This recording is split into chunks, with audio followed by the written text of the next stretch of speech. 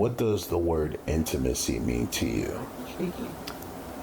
Intimacy to me means seeing all of the reflections of yourself in someone else. We as people are mirrors that have depth to our reflection, and the deeper we get to go to see our self-image, the more we see ourselves reflected in others. And to me, intimacy starts with being open to loving that depth of self.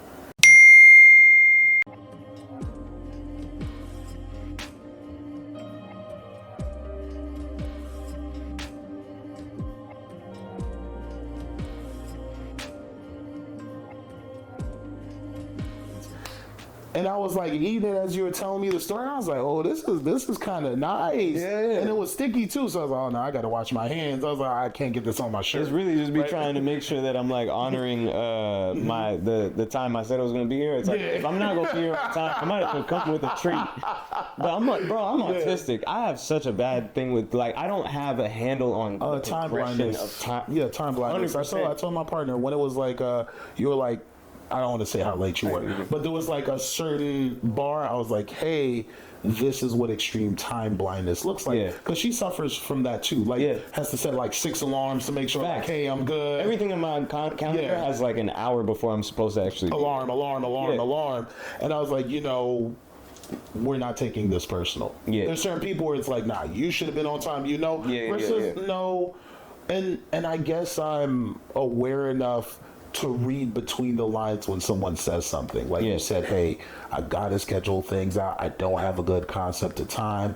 And there were like 2 other things you said, and I was like, all right, you suffer from time blindness. And the reason I say suffer is it's very easy for someone to tell you something important that happens in their life that they're used to, and you don't register it as, oh, I should be considerate of this person's situation. You register it as, you did this to me. And it's like, nah, they let you know who they were. 100%. So if you're not making space for who they told you they were gonna be, that's a you thing. That's not that. But the other part of it for the individual is being okay with failing people's expectations of you, right? So like people will have an expectation of me. There are people who have an expectation of my patience because of how I show up for them.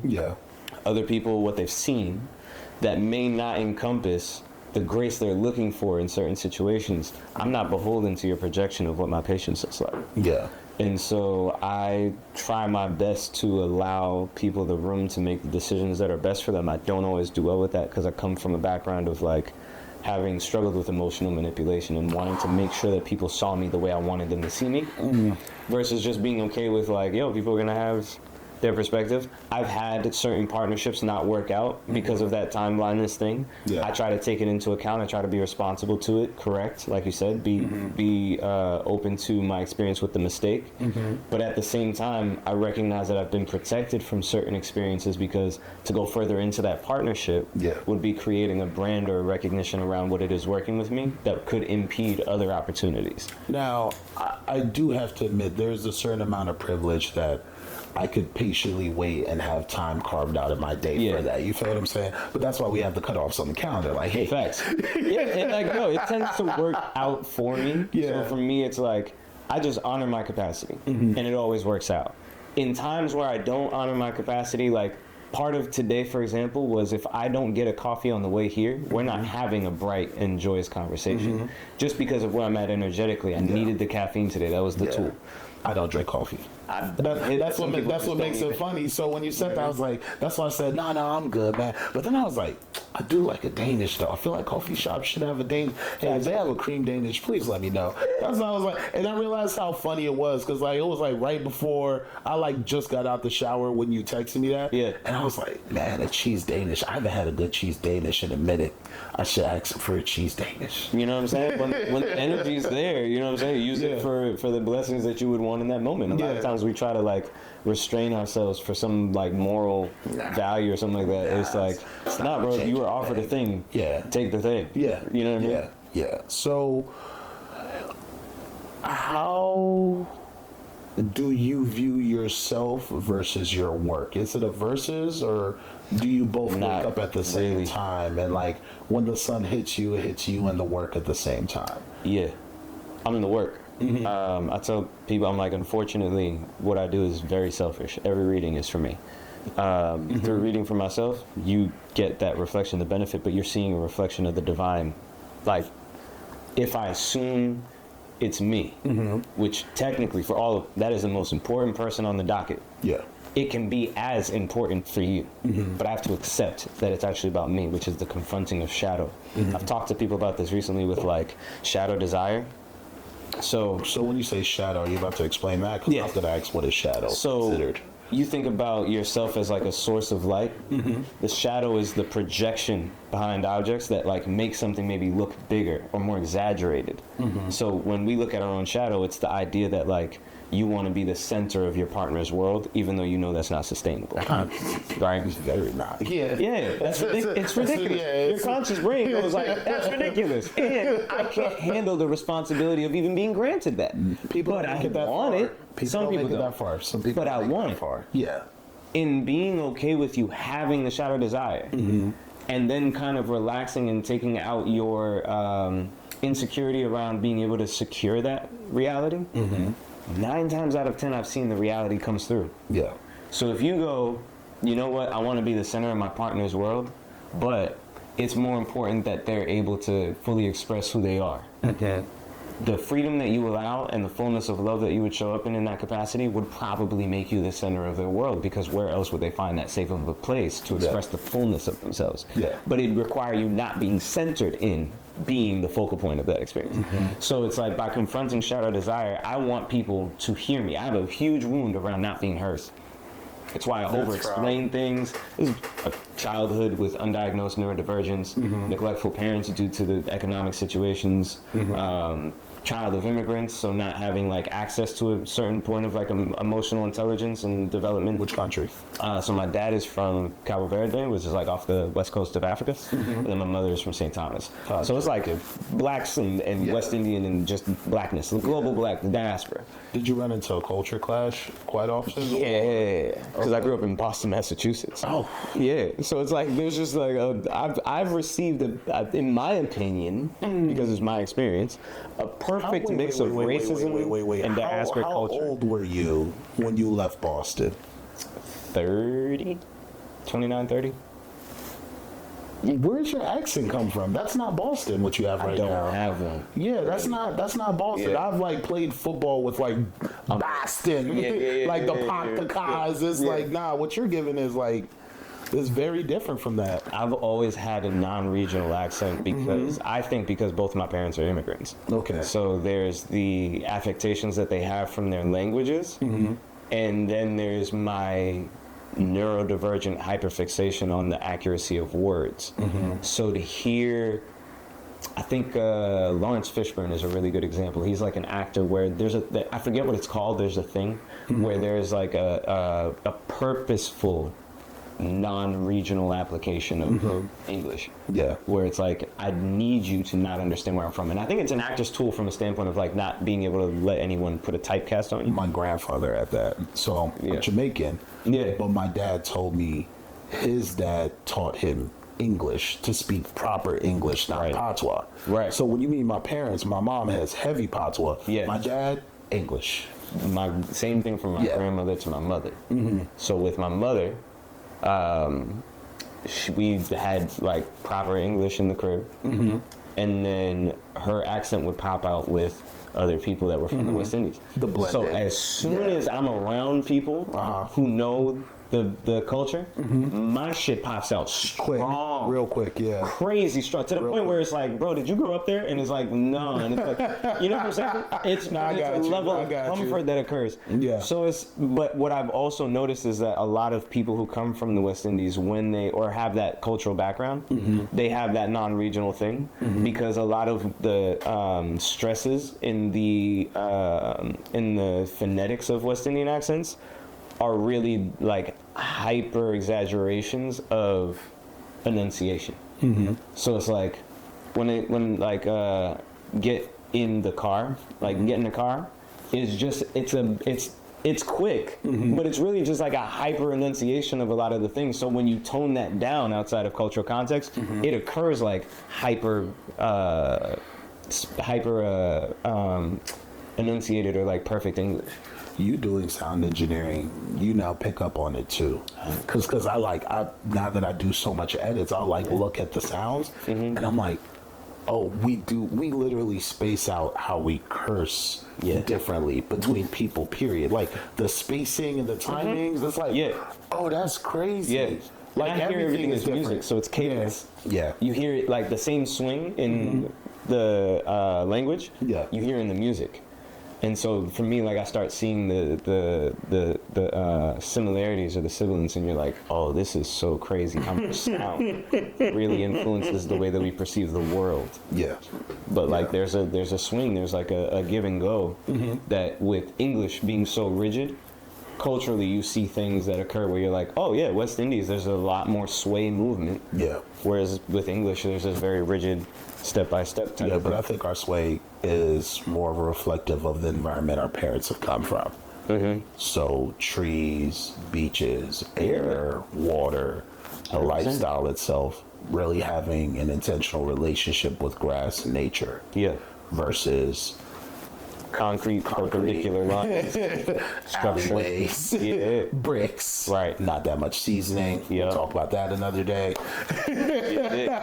So I see the things that comprise what the things that comprise the people that we've become through those like minute influences. That's like my version of the hyperfixation, is like trying to figure out or seeing why someone is the way that they are. Yeah, I mean, that makes sense. But hey, what's up, guys? It's your boy Juice Jones creates That's Off Monday here with another episode. Got my boy Nico. Nico, what's up, man? It's Nico, aka Nil, in the spot. Great angle. Appreciate it. Yeah, I was looking at all these angles. I was like, man, this gonna come out bomb. The lighting. My man caught the side of my face and was like, oh yeah, we can use this right here. For someone that's self-taught, I've come really far. But tell the people who you are and what it is that you do. So, like I said, it's Nil. I go by Nico. I am an artist, a storyteller, an alchemist, tarot and astrologer, really just an educator though, educator of imagination, and here to get people in touch with that drive, that engine of imagination, so that they can dream up better realities for themselves. What does the word intimacy mean to you? Intimacy to me means seeing all of the reflections of yourself in someone else. We as people are mirrors that have depth to our reflection, and the deeper we get to go to see our self-image, the more we see ourselves reflected in others. And to me, intimacy starts with being open to loving that depth of self. Once you do, it's kind of inevitable that you start loving that depth in other people, whether they've traveled to that depth or not. I coach him. He's a therapist.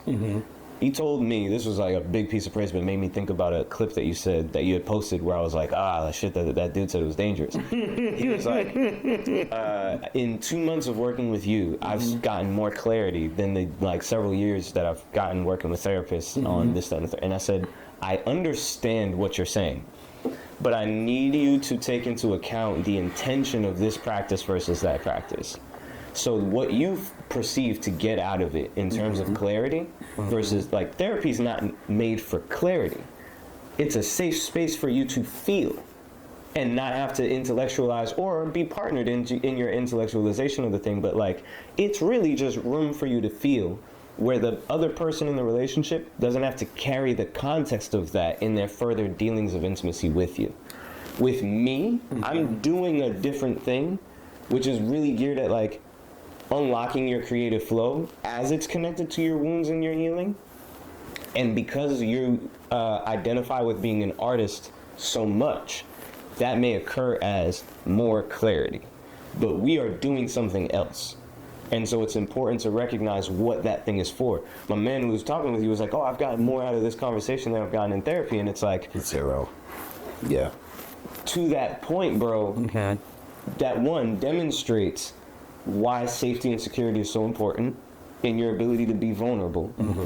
But it also demonstrates, are you okay with putting the burden of that on people who otherwise have other things to manage versus someone who specifically set a service aside to say, here's where this can happen? Yeah.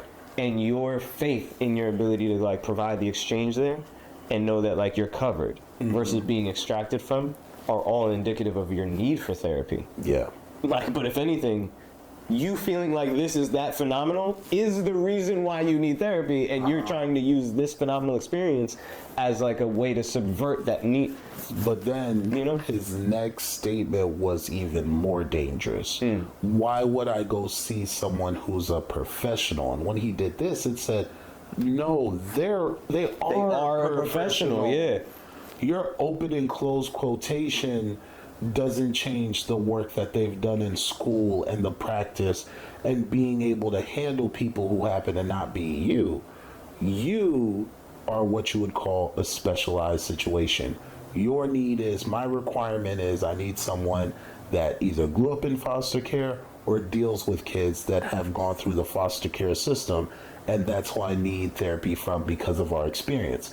That's something you have to ask for. Yeah. In my head, I was like, and it's not his fault. I think when you've had someone, and I don't want to call him damaged because we all have something that we've gone through.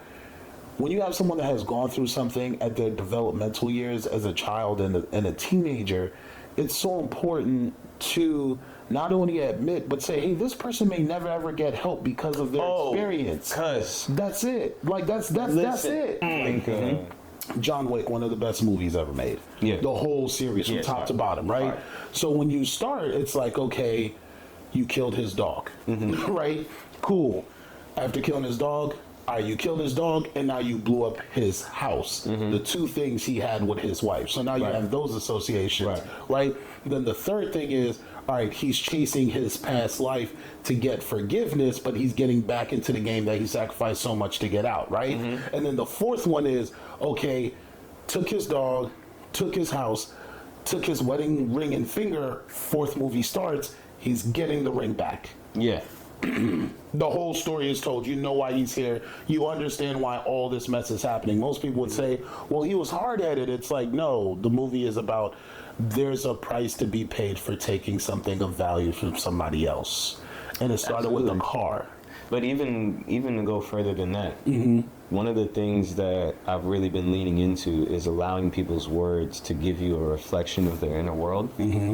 For someone to respond to that story and go, he's hard-headed, informs me how far you will go for what you believe in. Yeah. Because if you're not able to attach to that extent, it seems like, oh, you're just banging your head against the door and it's like meaningless. And it's like, I'm sorry that you haven't experienced love deep enough for it to motivate you in that way. I hope you get there. Yeah. But it's not, I don't, like, it's like an internal thing where it's like, I don't even need to say it. It's like, what point does that serve? You know what I mean? Between also, like the two of us, it's like, you have somewhere in your journey to get to. And I would hate to spoil that part of the journey for you. Yeah. So when you get there, we can probably reconnect, have this conversation again. But for right now, I definitely understand. It's like, becoming a dad changed how I receive any storyline that has a parent involved. Okay. Any storyline. So it's like, I have a clip from yesterday. As far as Josh, you understand what I'm saying? So it's like, to understand the what's at stake creates the emotional attachment. Yeah. For people who have not had another human being's life at stake in their daily like thought process, like having to weigh out, there's like a disconnect of like, how bad could it be, or how real could it be, or how emotional could it be, or, and it's like, yo, I understand that you couldn't possibly fathom it. But that sounds like me exerting my ego and experience over you because you've not yet gotten there. Once you get there, you'll see that I'm really just telling you a thing. When you said how bad could it be, in my head I thought to myself, I don't remember the last time I've asked that question about someone else's situation. Like, how bad could it be?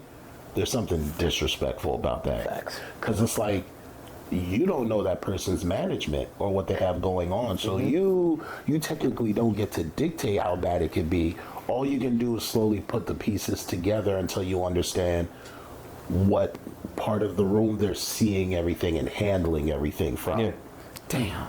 I don't honestly know how someone is to heal their inner child without experiencing parenting.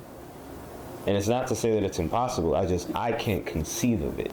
Yeah. Because it's such a true reflection of your experience. Like, one of the most impactful moments that I had with my kid, well, I have two sons, and it was my older son. Congratulations. Thank you. They're 11 and 12. Congratulations is right. We've gotten into the first, like the 30. All right, cool. The first decade down. But I'm at a park with it's a long time childhood friend. I call him my brother. So it's like my brother and his son, my nephew. And we're spending time together on Father's Day. Yeah. And we're having this great time at the park. The kids are playing. We're doing the thing, all this good stuff. And at the end, his wife is like, oh, let's take a picture, because the last time they had taken a picture, there was like 3 years before or something like that. So I call out to my son, who's like maybe like 50 feet off, and I tell him, come here. And he like kind of stubbornly refuses. And so, for no real, there was no like prompt. There was nothing negative occurring. So just him. Yeah. So I'm like, hey man, I said come here. Again, like, doesn't want to come here. And I felt like this anger well up. Yeah. And I said it like with more like sternness in my voice, right? And after I said it, and he still didn't move, but he, like, I see him getting like kind of like upset and like worked up. I'm like, yo, pause for a second. Why did I do that? Yeah. My dad used to intimidate me into obedience, which isn't to say that like my dad like beat on me. Yeah, you know what I mean. But like he intimidated me into obedience, and there was a thing that occurred. What you're taught raises to the top sometimes. And in that, I recognized, like, I really just asked myself, like, what would I have preferred in that moment? Because maybe there's a reason. So I went up, talked to him. Hey man, what's going on? And he didn't really have the words for whatever he was feeling. And what I did was I showed him the picture that they had taken last time. I was like, dude, how'd you feel about the time that we spent today? You had fun? Yeah. And he's like, you had a good time? And I'm like, he's relaxing a little bit. Yeah. Talking about how he's had such a great day that day. And I was like, so here's a picture of the last time that you and your cousin were hanging out. The reason why we take pictures is so that we can remember these moments. Because even like right now, you didn't remember that you guys had that time. Yeah. But every time you guys hang out, you have a blast. So I just wanted to take a picture so that we could remember this. So you cool with that? And he was overjoyed. Yeah. And for me, I was like, there are so many reflexive things that I do from the standpoint of like what a good dad is, that I've never paused for long enough to consider if it's like what's appropriate for the moment. And that's the kind of thing where I'm like, how do you get there without your own experience of parenting, without needing to reflect on directly what your experience was and how you're impacting someone else's development? You knew what I heard in your story? Sure.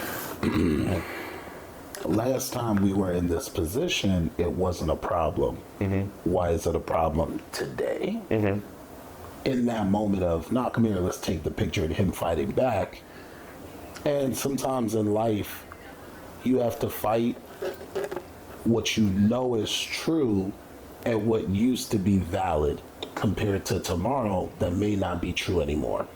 So in my relationship, met my partner, we have a rule.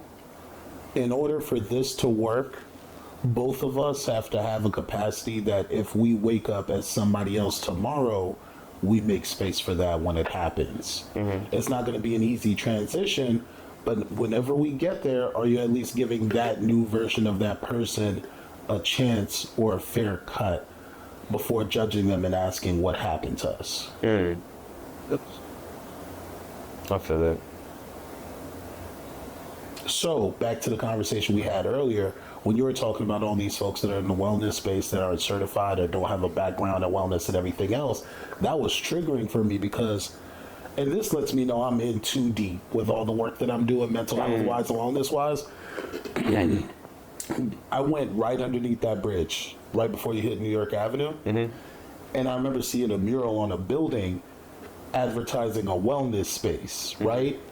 But then I was like, that's not a wellness space, you guys. That's just advertisement. And then it's like, oh, we're also looking for all these spaces for these 3 things that we want in this space. And I was like, so is it a wellness space, or you guys just trying to advertise business for people to rent a space? Right. And I was like, I'm having that sickening feeling that I warned her about. And I was like, unfortunately, because we started dating the pandemic like 2020, I was like, you're going to see a world where mental health and wellness is going to start being slapped on things. Facts. And when people go looking for that, they're going to find something that's very far away from what's advertised. Yeah. And I was like, the watering down of the word is dangerous, because I've had like 3 opportunities where there are like political parties in DC that said, hey, you should show up to our events, be a part of the video, shake hands, all this other stuff. And I'm like, well, are those people going to do stuff in the mental health space in DC? And it's like, sure, they're going to do mental health things. I'm like, all right, well, what things have they done in the mental health or wellness space before this event? Crickets. And then when I leave, I get calls and it's like, oh man, what happened? You were supposed to be there.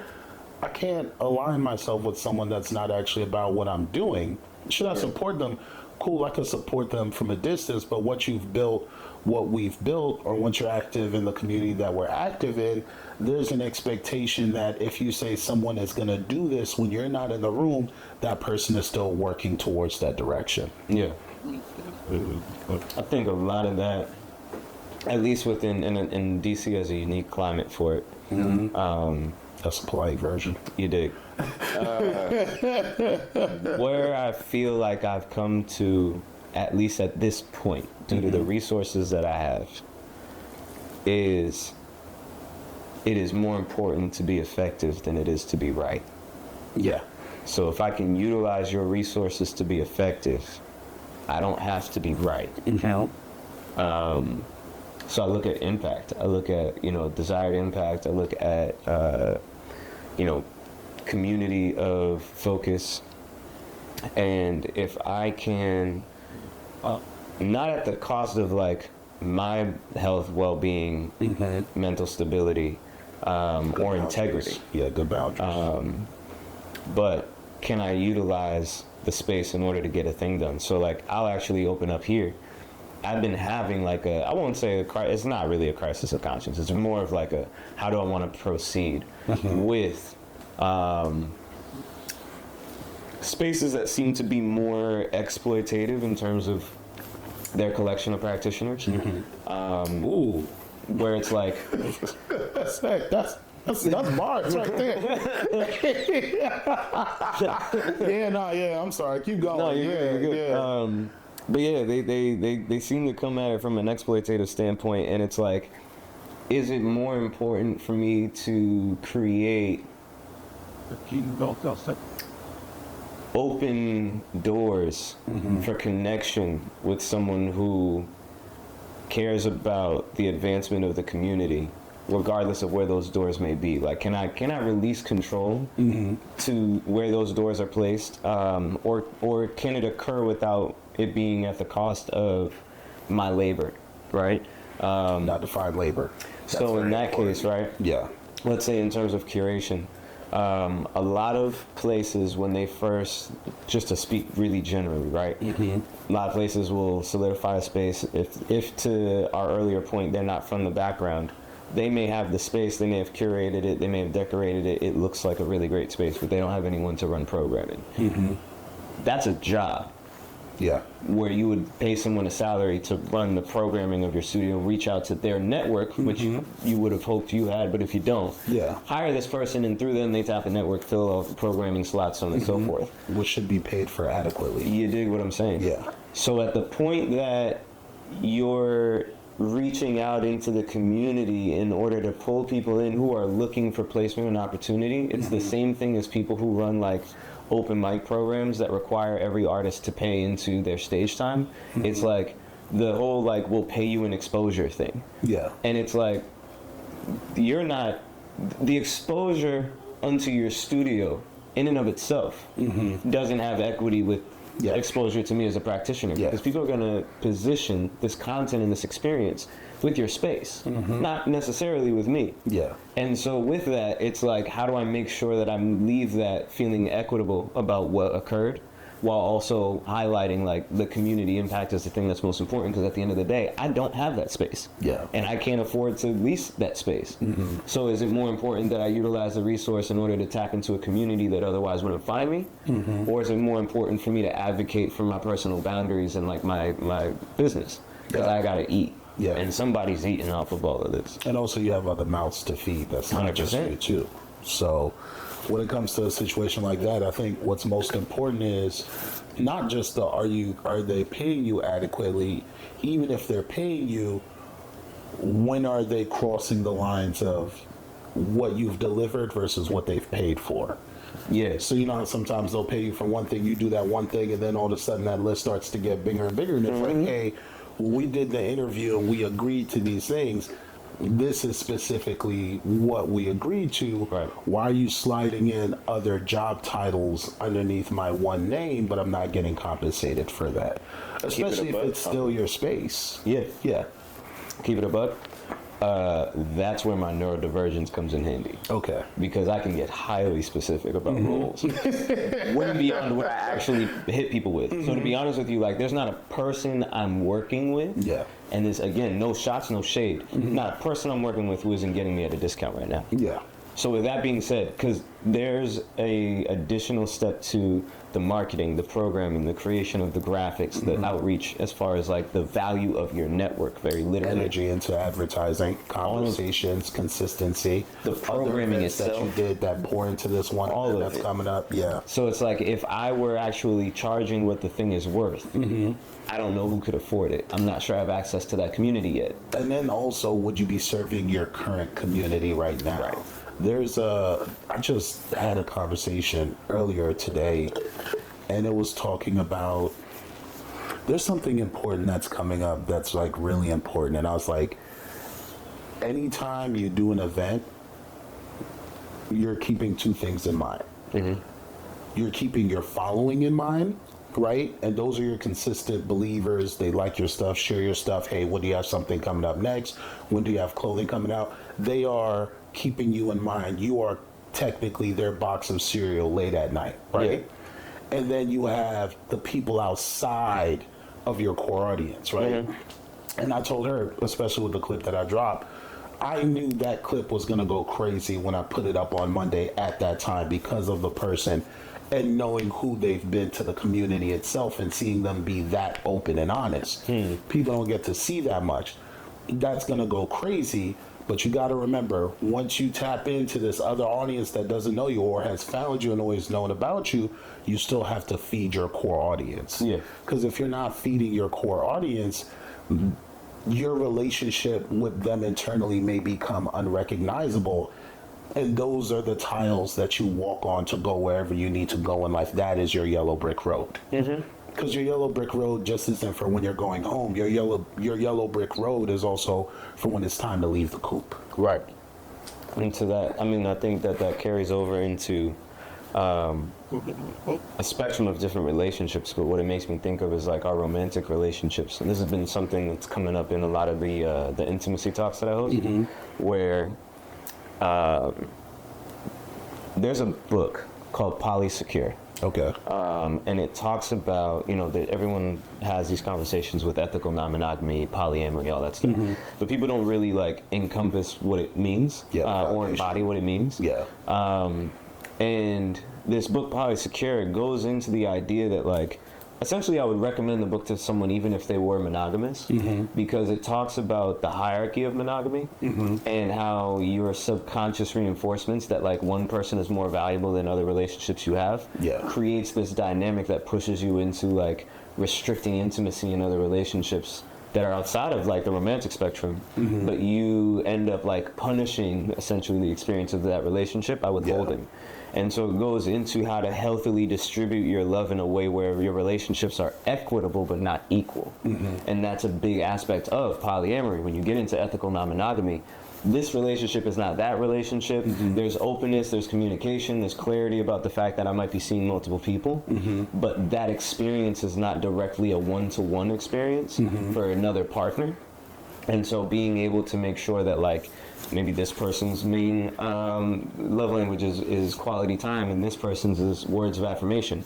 I can't expect them both to deal with the fact that I tend to lean on words of affirmation. Why aren't you grateful? My other partner doesn't have a problem with this. You have to honor each person's relationship style instead of focusing on what your relationship style is.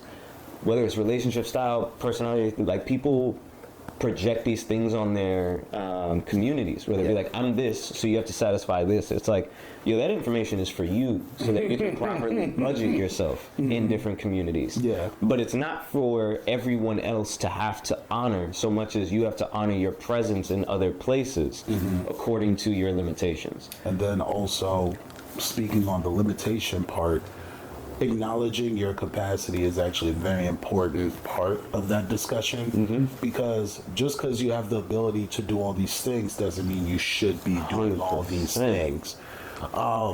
In college, one of the best advice my coaches ever gave me, he's like, look, you play football here and you're well known, well liked. I'm really good at the well liked part of my relationships. He was like, you're only going to be able to be good at two things at the same time in life. Because he was like, in college, you can either be a really good student, you could be a really good athlete, or you could be really popular. Your issue right now is you need to choose which two you're trying to be best at, and one of the third options is going to get hurt by whatever you choose. But whatever you choose, that's what your focus needs to be. Because if you try to be all three, you're not going to realize when one of the sections that you need are slipping. So you need to pick, choose, and apply yourself. If you can't do that, you're going to fail out of college. And he was damn right. First semester, he was damn right. I was like, I was close. Made it to the end and I graduated. But I was like, I didn't realize how much work was going into being popular. Saying hi to everyone, shaking hands, hugging everyone. How much time was that taken away from studying?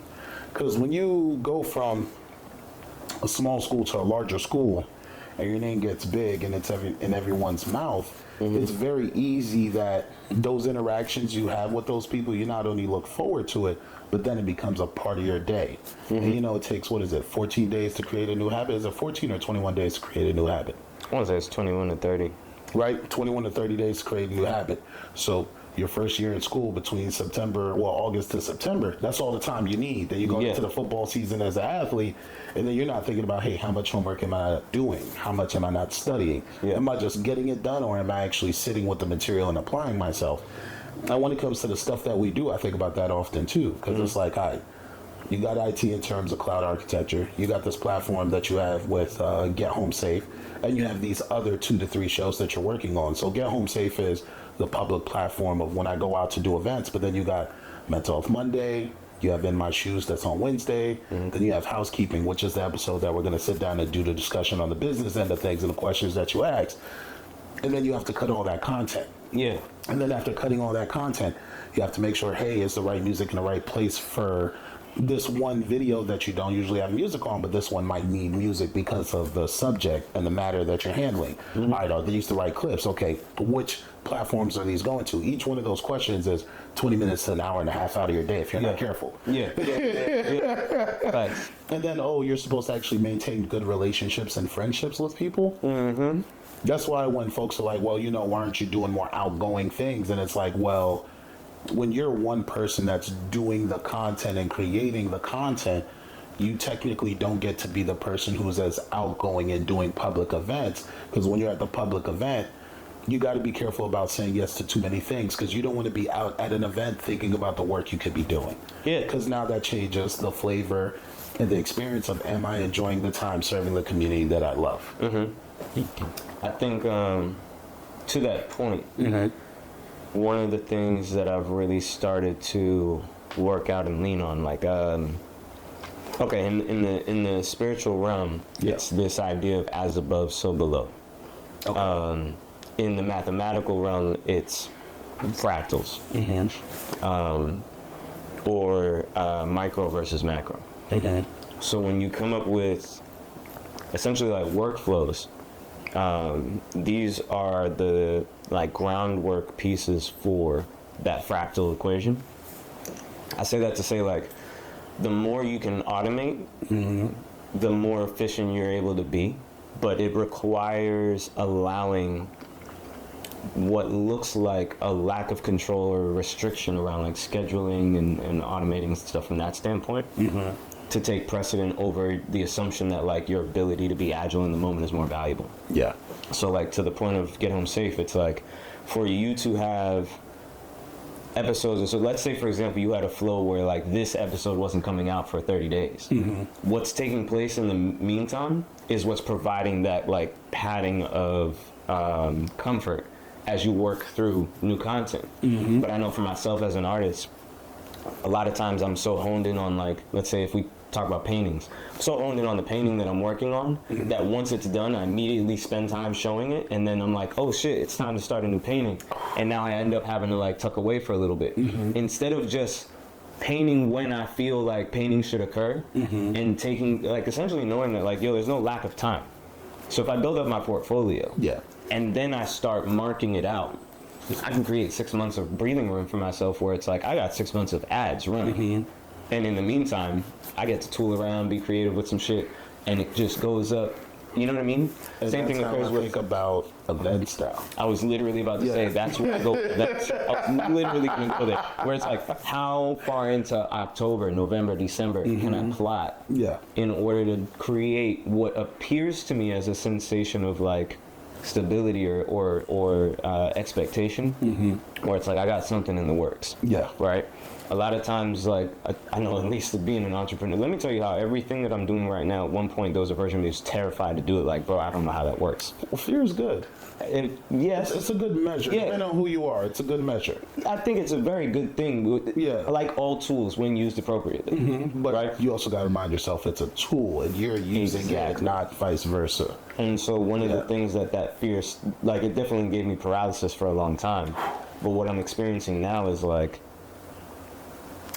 all right, I'll use a different reference point. You ever watch Atlanta?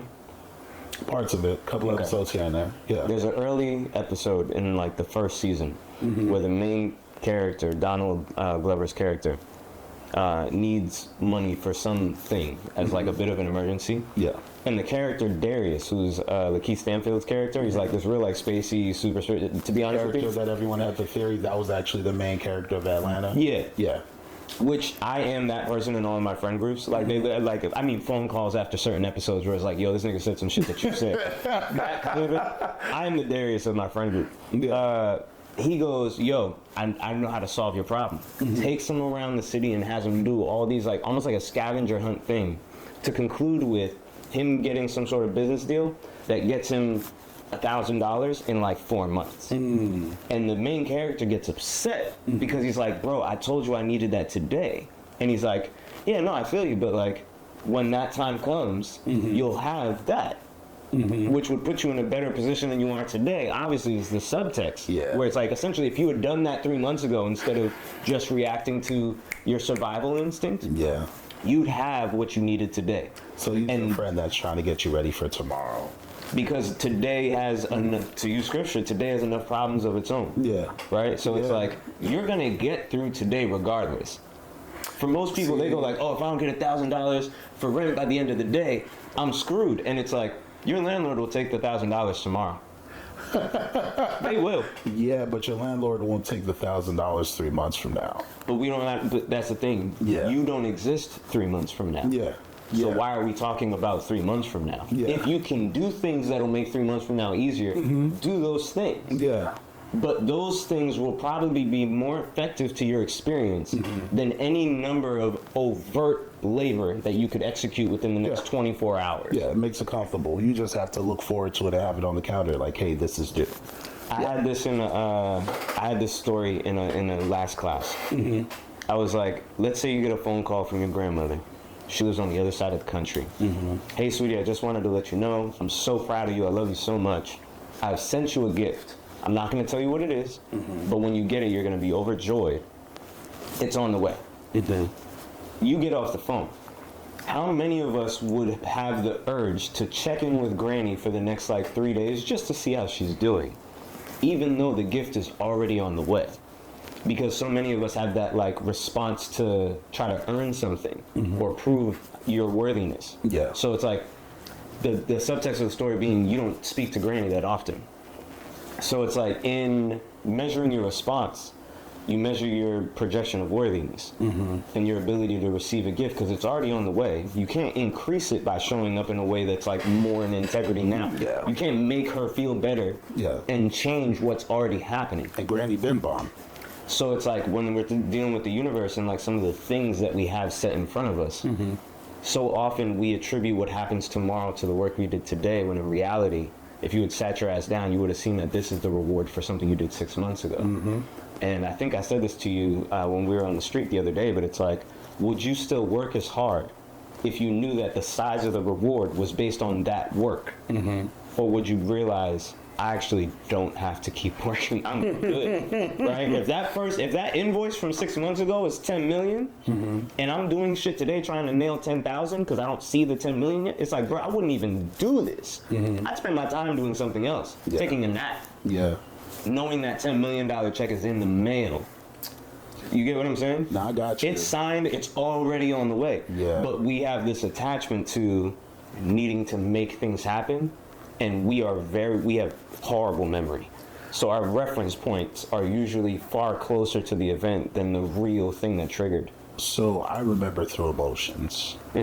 Like, if there was someone who screwed me over, I will joyously see you and be happy that you are alive. Yeah. But something internally in my stomach or in my chest will be like, don't trust that man. And that's the first thing I listen to. I listen to how did my body react to me meeting someone. Like I had someone who slighted me in one of the illest extremes. Saw him, was super glad to see him. And right after he stepped off after our like little 30-second conversation, I immediately got that feeling. Like, you know when you get like bile at the back of your throat and stuff like that? And I was just like, what did that man do that had me disgusted? Yeah. And then I remembered what it was 10 seconds ago. And I said, But then I remembered that's the pandemic effect. You haven't seen people in years, so you forgot who did what. And now we're in a time that we're just glad that you're alive, but we're no longer keeping track of what happened. But that's fine because my body did what it was supposed to do. It let me know, hey now. Yeah. You don't get to be cool with that person anymore. Yeah, I actually brought this up. Like, I like a lot of people recently went through like a separation with a partner, like a longtime partner. Oh, I'm sorry. And is that a good thing or a bad thing? I don't know yet. Okay. All right, cool. You know what I mean? It's like it's still yeah. But in that, there was this thought that, like, if you think about it, like going to pet like an animal, like a dog. Okay. The day that dog bites you, you're thinking twice every time you pet that dog. Even if you pet them with enthusiasm, you're ready to jerk your hand back. Yeah. And as a result, it's like, firstly, the dog experiences that, feels that, and has a reaction. So now there's a higher likelihood that the bite would happen again. Yeah. And it's like all those things reinforce. And like there's a book, The Body Keeps Score. I mean, you brought that up last time. Yeah. Yeah. So it's like that. It makes me think of that concept. It does.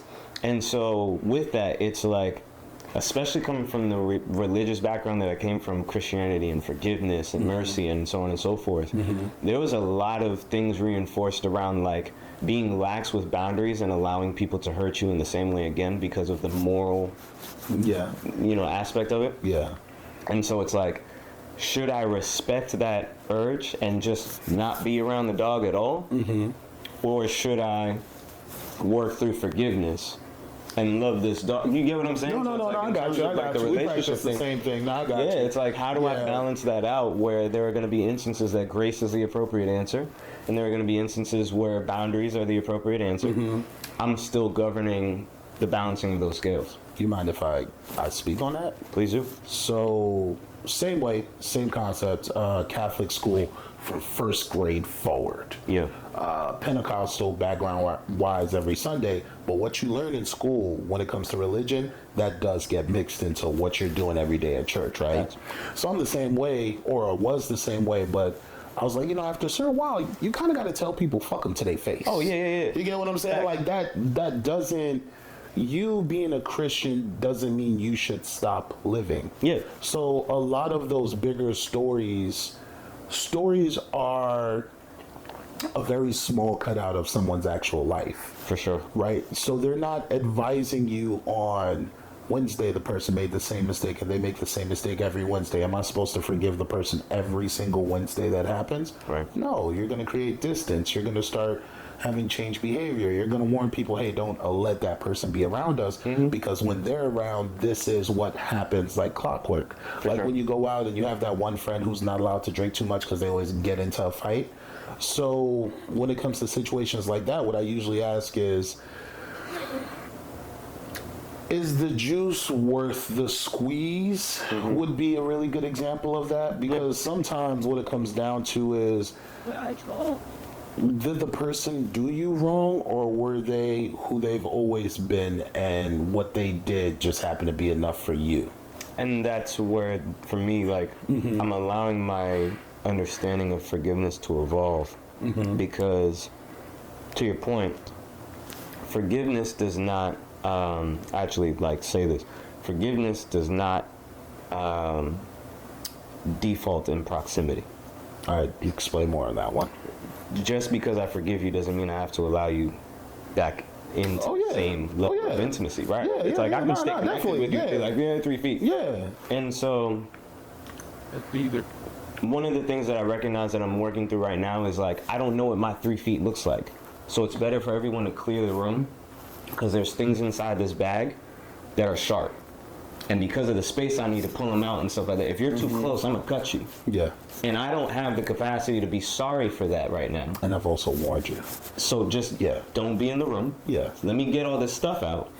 I can pack the things away, put the sharp things where they're supposed to be, and then welcome people back in. But for right now, intimacy looks a certain way for me because I don't know the true breadth of my extension. But you're aware that you're working on it. Facts. Now, my other question to you is, how are you testing those things out, or how do you plan on going about testing those things out? Which I think is important, because we assume that us being angry or upset or reflecting on something is doing the work, and what that's really doing is acknowledging that my teacher gave me homework to do, but that doesn't mean that you actually put pen to paper and actually tested the theory out of, okay, if we change this, is this good enough for me to be where I was before everything hit the fan?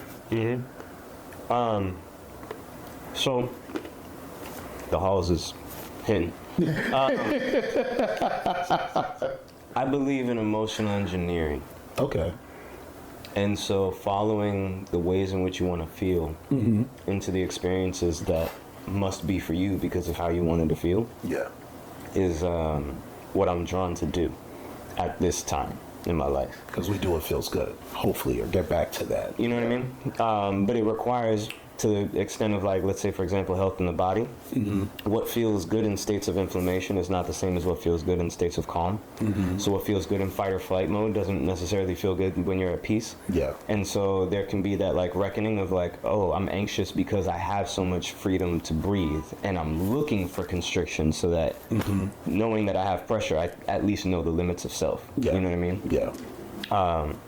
And so I think that for me, that shows up as creating the deepest and most intimate friendships I could have, and allowing platonic friendships to house aspects of intimacy that I may have previously, like, slotted to romance. Not like, let's say, like physical intimacy, but let's say, for example, like decreasing the romantic trigger that something like holding a hand would do, creates room for you to get fed in ways that don't require a partner, or don't require you to feel like you have to pour all into somebody in order to get a certain level of, like, comfort. Yeah. A lot of us box in, and this is the polysecure thing with that idea of monogamy. Monogamy for a lot of people means this one person with whom I can pour in every ounce of realness and love I have. And no one else gets to have that, which is what makes this special.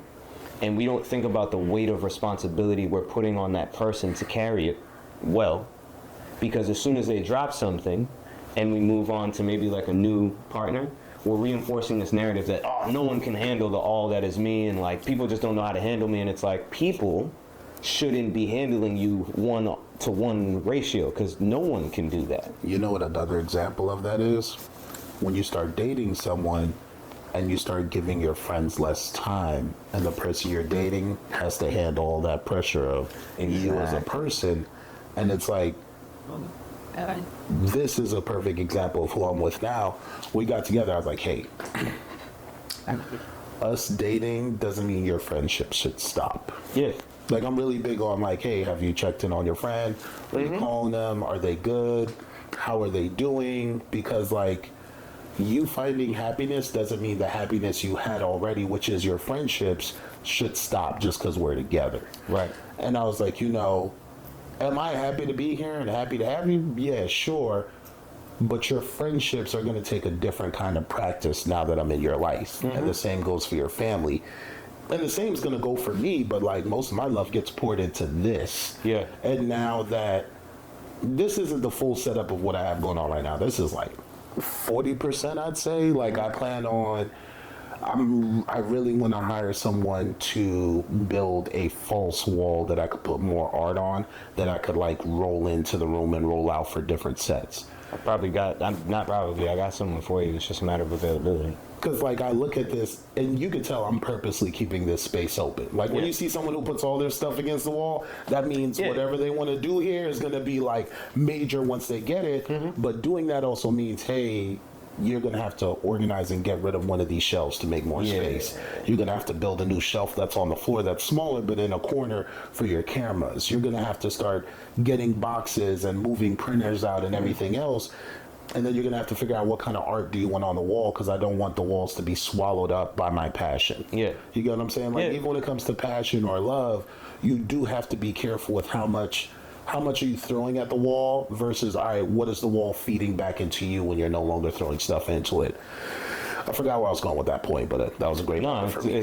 Listen. Clap it up, send it out. Oh, no, here it is. Okay. So, when it comes to your relationships, and I've told her this before and she sees it, I treat all of my relationships like I'm dating you. That's exactly what I'm talking about with the policy.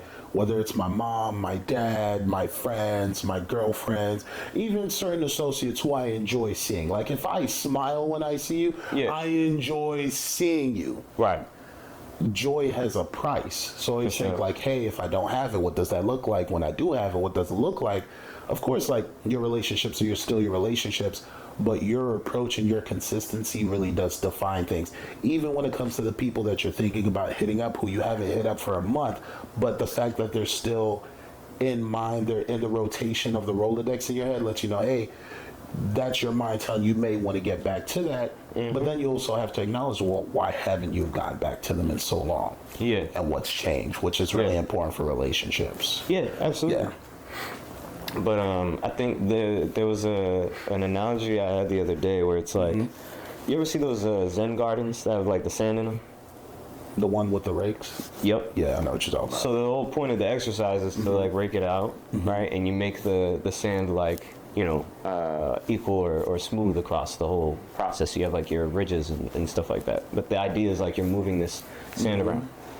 And for some of us, where we're looking at what we have available in our little personal sandbox, it's like, oh, I can get this to be uniform, but I need more sand. And it's like, you're missing the point.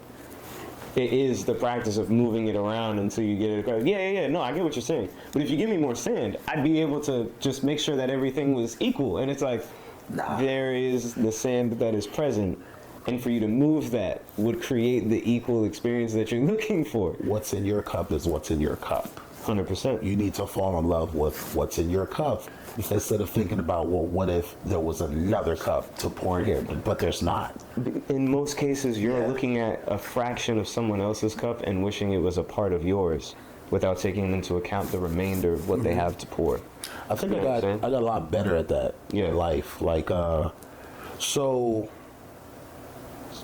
there was like a 6-year period where I was doing tryouts for the NFL. Yeah. Right. It was like 2011-ish until about 2017. And I worked out with so many amazing football players. And I found myself in the last 2 years asking them, hey, how'd you get so good at the thing that you're really good at? And they told me, practice. Now I'm in the room with the professionals. I didn't get any contracts, but I was in the room with the professionals, and I was almost keeping up with them, but it always felt like I was always a short behind. I mean, one step behind. Now, I was always doing trials with like a stressed Achilles, torn meniscus, and a couple other things, right? But it never registered to me that like, hey, your injuries are not only affecting your performance, they're also affecting how you heal, and they're affecting your ceiling. And what you're seeing every time you're asking them, how did you get good at what you're good at, is you're acknowledging your ceiling. And they're showing you what your ceiling is by their performance. They're there just doing what they've always done, which is practice made perfect. But you being on the other side, you're now able to see, oh, this is my limit. I was not blessed with these. Yeah. Well, it's not even blessed. It's, and I apply this for everything, for every person who I want what they have, or I've wanted what they have, because I think jealousy is good for the soul. And I think it's good to be able to handle when that part of you comes up, as long as it doesn't affect the people immediately around you and how you treat them.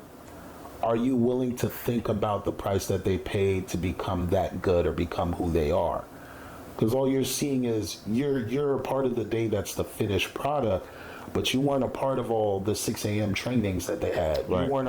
You didn't have parents or family members that were willing to pay for you to do extra training with professionals that have been there before.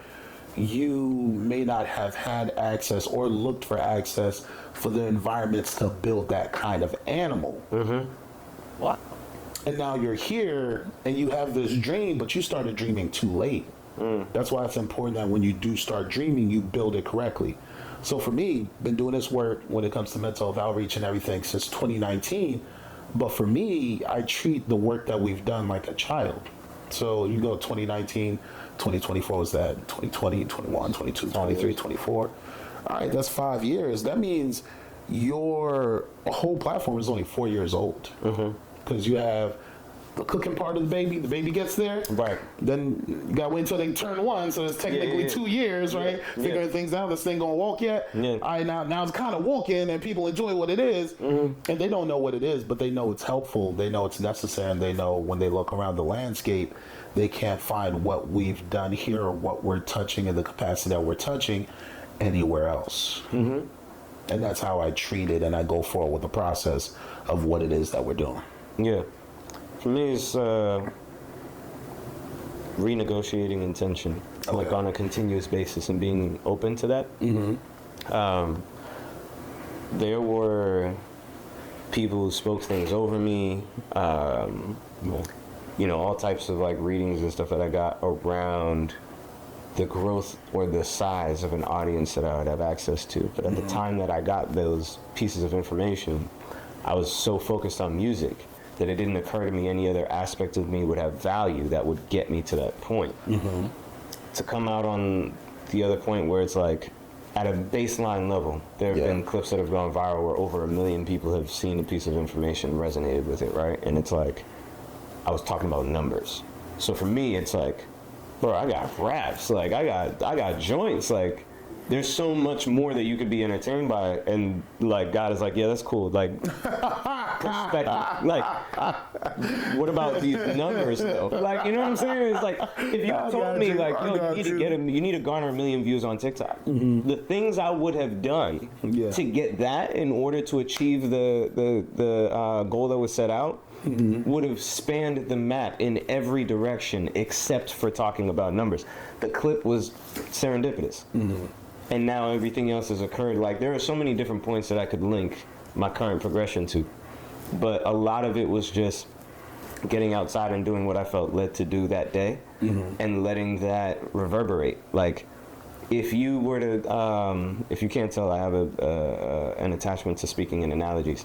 But to create a splash, you can't control where the ripple goes, the shape of the ripple, all that stuff. All you can do is pound the water. Yeah. That's essentially like what we have available to us in like the living water that's life. It's like, yo, you can make the splash and like try as hard as you can to get a certain amount of like effort out into the thing so that the reverberation is like impactful. But you're not going to control the shape of that ripple. That ripple is going to bounce off of other ripples from other people's splashes and go in directions you could have never anticipated. Yeah. But you're not making noise in an empty room. You have a knack for the right analogy. There's people who just throw analogies in. And that's poorly That don't make placed. sense. That's why is that analogy here specifically? Yeah, no, I got you. But I mean, to your earlier point, you asked about like visuals versus audio. Yeah. To me, that is a visual that gives you the representation of audio, where it's like sound bounces and creates ripples, and through those vibrations, things occur physically that manifest. Yeah. But the physical manifestation of that thing is a result of a bunch of catalysts that don't really have a relationship to each other, and they produce a result that's not directly correlated with any one of those original points of impact. And I think the most important part of this conversation is enough people don't ask themselves, are we keeping the purpose the purpose? What's your splash? That's what this is all about. Like, the work you do, the work that I do, us going to be working together in the future, which I'm really excited for that. And I was telling my partner, I was like, yeah, no, I can't wait to work with him. She was like, why? Which I think is always a great question. Valid question. You should always ask, why are you working with this person? And I was like, you know, there's a consistent inconsistency with the people that I've done work up to this point. And there's nothing wrong with that. You got to acknowledge who your people are. You don't love them less, but you do have to ask yourself, hey, am I really giving the neighborhood, as the Spider-Man of the neighborhood, the webbing that it deserves? Yeah. So when it comes to the folks I've done work with, I'm always big on what's the component that brought me together with the person that we worked with last? Why did that stop? What has changed? And if I ever started back up again doing work with people, what am I looking for? And what should I feel going into the process? And hopefully those feelings takes us to where we go. So does the person have structure? What's their purpose? What's their platform? What have they done so far? How do they feel about what they've accomplished or what they would like to accomplish? And do you feel they're taking the right steps to either do research or align themselves with the right people that will correct them along the way as they're figuring out how they're impacting the community? Yeah. All important. Very. I very much value agility. I had a manager. I used to work for Apple, and he used to talk to me about change agility. Yeah. It was something he gave me a lot of praise for, but it was just like, yo, I'll tell you one day, here's the problem, here's what you can do to fix it. Yeah. And again, to that point about like the internal world versus the external world, day two comes around, I'm doing the same. For me, I'm like hyper fixated on that one thing, but to him, it's like, bro, your attention to just changing on the dime is incredible. It's something that I've learned to value in people, where it's like their sense of agility around change, whether it's like internal change or with conflict or something like that. How quick are you to shift your position in order to gain perspective, as opposed to like drilling your feet into the ground and being like, no, I'm standing right here. Yeah. People's ability to acknowledge, you know, missteps, I won't even say mistakes, just missteps, has a lot to do with my ability to feel safe working with them. And I feel like that's something that you carry at the forefront, is just your capacity to acknowledge missteps. Yeah, yeah. And I mean, you know, you got to celebrate your mistakes. I tried. You really got to learn to celebrate your mistakes. Like, damn, I was really fucking up, wasn't I? That was a phenomenal. You got to. No, you got to. Because, like, if you can't laugh at your mistakes, or you can't make jokes at the capacity you thought you had, and not having the training, not making the mistake somewhere else before putting it on a bigger platform, can you really say you're ready to evaluate yourself or hear the truth from other people about who you may not be yet? Because it's always a yet. Yeah. And if it's not a yet, it may also come down to, did you really want to become the thing that you were speaking so loudly about now that you're there? Yeah. Because getting to the finish line isn't always enjoyable when you realize, like, damn, that was everything it took to get to that finish line? Like, if I change the finish line, would things have been different? We'll never know. Yeah. Yeah. But, I mean, to that point, I'm definitely recognizing there's a value in allowing the grieving experiences of previous versions of yourself, where it's like, there are, and this is across the board, I think, especially in the creative community that we're in, there are people who are going to be stepping into roles, levels of success, experience in this coming year that mean that they can't have access to spaces that put them there. Yeah. And as a matter of like obligation, we so frequently are like, yo, how do I make sure that I give back? How do I make sure that I stay connected? And in some instances, like the growth that is required of you also requires that you create distance. Yeah. I was doing this past Saturday's tarot class, had everyone pick a card and go through their interpretation of the card. And mine was the star. And I thought about like how brightly a star shines and how it's a beacon and how it provides hope and faith and a point of reference to navigate by. But that light, the core that's there to personify it, is so far away from the things that it's influencing in the most beneficial way, because to be closer would be burned up in its gravity. Yeah. And so the requirement for community leaders to sometime, like, at some point, step back from being an active participant in the communities that they're inspiring or creating space for, because it alters what can occur if they insert themselves. Yeah. Yeah, and then, you know, are you willing to burn? Whew. Listen, like, that is very much a part of the process. You know what a star actually is, right? Yes, yeah. Yeah, so when I found out what a star actually is, it's like, how badly do you really want to be a star? But from the tarot experience, fire is passion, air is mental, like, thought. Okay. So when you think about a star being like that fiery gas, it's the idea that with your passion you would create flame fed by your mental energy, by your thought, right? So as a star, it's like, to be a star and not speak your truth is to create a black hole. You're just sucking everything up at that point. Yeah. In an attempt to gain mass. So it's like with the star thing, it's like, bro, set flame to the thoughts that are going in your head, let them burn. Because to like hold all that air in, you're gonna combust. Yeah. You know what I mean? It's going to come out somewhere. Woof. Yeah, it's going to come out somewhere. I think the two funniest things I discovered within the past couple of years is, so my birthday is 3/13, and that's my angel number. And I was like, so you're telling me that I'm my angel as an angel number? I was like, that's not enjoyable. Funny how that I was like, out of all things that could have been in life, not that. And then there was this other exercise. My partner asked me, like, you know, if you were a day of a week, what day would you be? I was like, I would love to be a Thursday, but I'm very sure I'm a Monday. I was like, I'm big on just getting it started. I'm big on, all right, let's get it started so we understand what we're not, and then figure out to bring the things in order to like do it correctly. Mondays aren't for getting it right. Mondays are for, did you start the process? Do you have the right stuff? And we might have to make some purchases, and like, let's get to it. That's how I treat a Monday. Like, I have a show called Mental Health Monday. Yeah.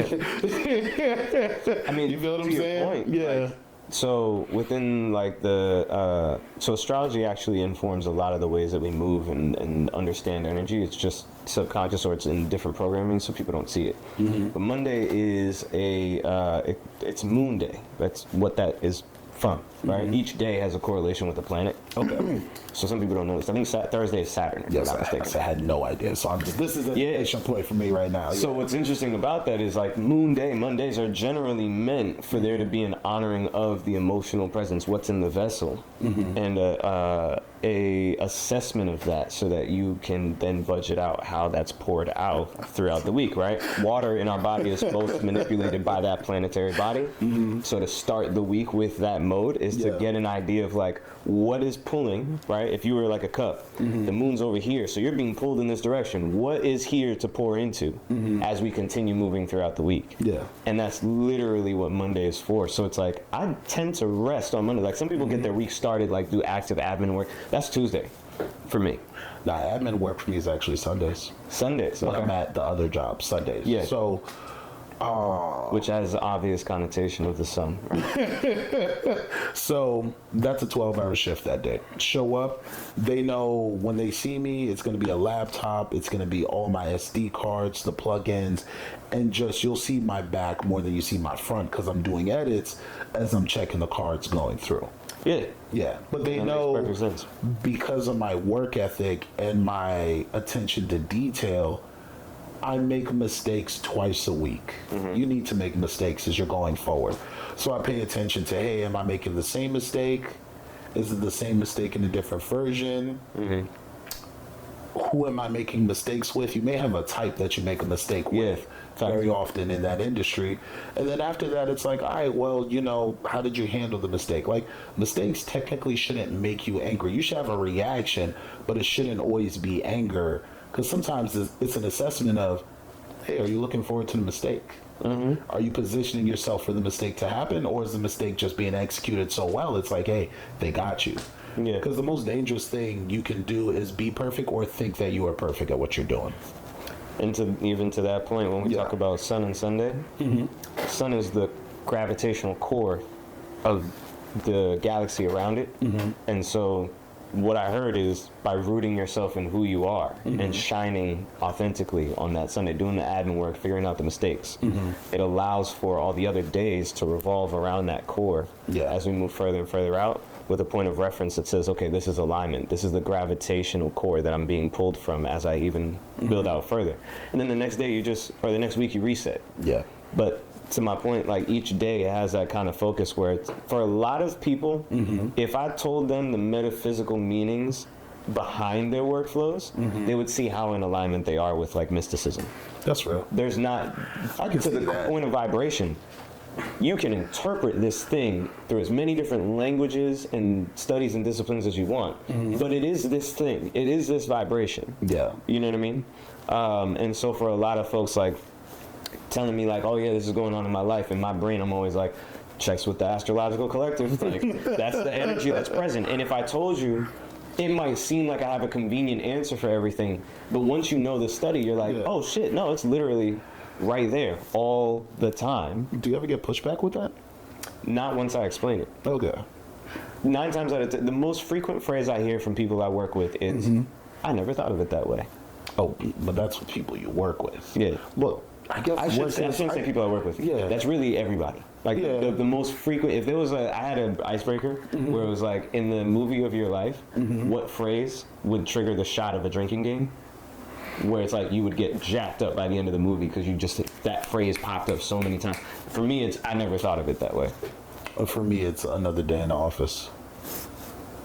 That's what you hear. That's what you say most frequently. That's what I say most frequently. What you say most frequently. So what is it that you hear from people that interact with juice most frequently? Can I get a hug? Wow. Yeah. That's the game. Yeah. That's the shot game. Yeah. Because it's out of your control. Yeah. The thing you say, that's like your catchphrase, cool. You get to control when that shows up in the movie. Yeah. But the thing that characters say in response to you is beyond your control, and in most cases, something almost envious for somebody else. So there's a level of proximity and affection and stuff that comes with, can I get a hug from Juice? That for some other people, they couldn't be responsible with that phrase showing up in their life movie like that.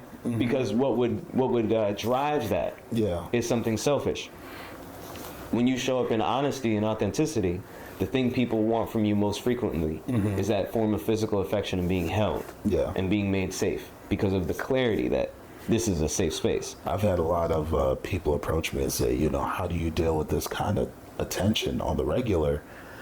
Like, you know, I would kill to be you. And I was like, you shouldn't to be whatever this looks like to you. That's wild. Because I tell them it is. But I often tell them, like, hey, man, the reason they love me is because they know I'm protecting the good time, and the good time that happens here isn't a good time they can find outside of these walls. It's the consistency that's hard to find when you go in a lot of various places in the city that you wish was better, but it's always missing something, and I happen to be here, and that's why they want that. So you're just seeing an overexertion and appreciation of that. That's all. Yeah. It's it's something that pops up with like what we've talked about with masculine and feminine balances. So it was a joke that came up in the talk where I was like, have you ever heard someone say they're a masculine man? And people like laugh, and it's like, yeah, what's that mean? But to show up honoring the social obligation of masculinity is to focus on creating the space for love to exist, which results in the love being felt. Yeah. And so many of us are devoid in our experience of love that we assume that we're pursuing the thing that we're tying it directly to. So I would kill to be where you're at without consideration to what you're doing that would invite that, versus you just wanting affirmation from that many people, because that's what they're seeing is, oh man, everyone like affirms you. Why don't people affirm me? And it's like, what are you giving them to affirm? You know, when you said love came up, I was like, you know, love is an assumption, but then I was like, nah, you got to take it further. Their version of what they've taught to be love is that. And my version of what I was taught should be love, I challenged that, and I was like, that's actually not love, that's fear. Right. And this is what love looks like for me. That's why I'm not really good at accepting all compliments and stuff. Like, there's certain compliments like, hey, appreciate it. There's certain compliments I'm like, it's not a compliment. That's kind of rooted in you wish it was different, or if I could add a slice of that. It's like, not all cake is good for you, bro. For like, sure.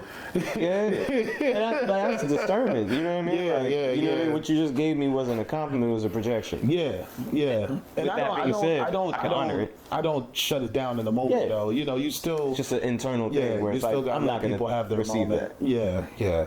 But it's like, you know, also being more careful with what does taking something personal look like for you. Yeah. And like, you know, I'm pretty sure I'm titling this conversation 1. Just letting you know right now, like, that's dope conversation. Yeah. Where can the people find you? So on Instagram, do you want to be found?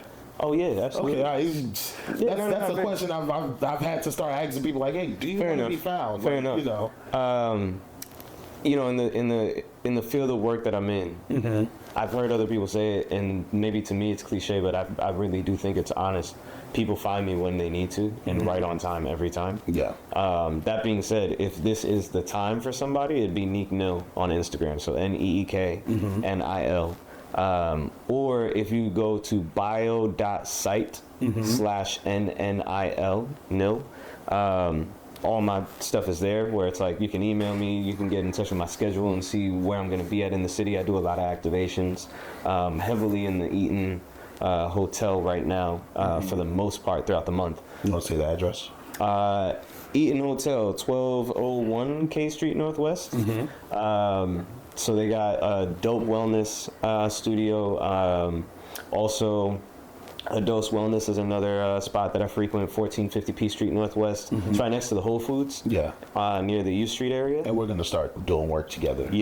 So there's a lot of other spaces that we haven't solidified days, so I'm going to keep my mouth shut for now, but I'm finna be everywhere in the city over the next, like, at least 6 months to a year. Hey, man, just don't spread yourself thin. Oh, yeah. Do you have a finish line for the work that you're doing? Because I know for you, things are perpetual. Yeah. But for me, I'm very much, all right, I have 6 weeks for you, or we could do this for 2 months, because I want to build anticipation. I measure the work that I do, and we're going to talk about this in like 5 minutes over there after I do the different setup. I measure the work that I do in the amount of, hey, man, when are you bringing that back? Which means, you know how they say distance makes the heart grow fonder? Did they grow fond of what we had now that we've taken a break from it? Yeah. So, and it's necessary, because like we currently live in a climate that everybody's giving so much, they don't really get a chance to be like, you know what I miss? That one thing that used to be around, I kind of want that back. Yeah. Yeah. I think how I balance that is by allowing creativity to take the forefront in terms of the vehicle I'm using to get the message out. So I am, as a matter of like, again, like work, like this is my work at this point, which is crazy to say. I never really thought it would be, but in that I need to be outside, like on a relative frequent basis. You're into the streets. By changing up the content and seeing people's reaction to it, like maybe like the tarot and poetry event that we did at Eaton was like a really popular joint. Yeah. That's not coming back in the same month. Yeah. It might come back in the second month, might take 2 months off and see, you know what I mean? But like there's always going to be something. Yeah. So it's like the rarity or the frequency is more attached to like the individual themes than whether or not I'm going to be present. Okay. I'm here. Yeah. But we switch it up based on what the time needs. Nice. All right, it's been your boy Juice Jones from Get Home Safe here with another episode of Mental Health Monday. Here, my boy Nico. We out here. Like, subscribe, share. Thanks for coming through. Peace, peace, peace, peace, peace, peace, peace, peace, peace, peace.